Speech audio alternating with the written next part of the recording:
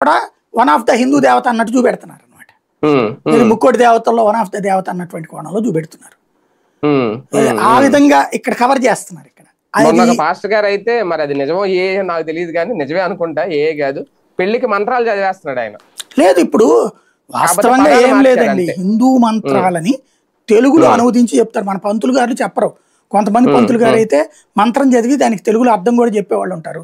కానీ వాళ్ళ రోజున పెళ్ళంటే ఫోటోలకు తప్పించి, భోజనాలు ఫోటోలు తప్పించి విని వివరంగా చూసేటటువంటి సంప్రదాయం లేదు కాబట్టి ఆయన ద్వారా ఆయన సంస్కృతంలో చదివేస్తాడు. ఆ సంస్కృతాన్ని తెలుగులో అనువదించి ఆంగ్లీకరించిన తెలుగు పదాలతో వాడతారు వీళ్ళంతే. ఆంగ్లీకరించిన తెలుగు పదాలతో ఇప్పుడు సహనాభవతు సహనవ గుణత్తు సహవీర్యం కర్వాహై అన్నారు శాంతి మంత్రం. వీళ్ళు శాంతిగా ఉండుగాక, మీ ఇద్దరు కుటుంబాలలో జీవనము అద్భుతముగా ఉండుగాక, ప్రభువు మీకు ఆశీర్వదించుగాక, ఈ టైప్ లో చెప్తారు. తెలుగులో ట్రాన్స్లేషన్ చేస్తున్నారు అంతే హిందూ మంత్రాలని. వాళ్ళ దాంట్లో సిస్టమ్ లో అమెరికా పెళ్లి వేరు, ఇక్కడ పెళ్లిళ్ళు వేరు. అవును, అది తేడా అనమాట.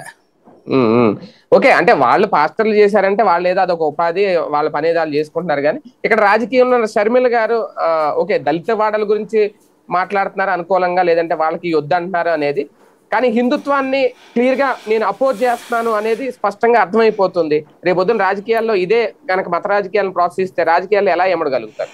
ఆవిడకి అవగాహన ఉంటే తెలంగాణలో పారిపోయి వచ్చేది కాదు, ఇక్కడికి చేసుకునేది కాదు, ఎలక్షన్ లో పోటీ చేయకుండా మానేసేది కాదు.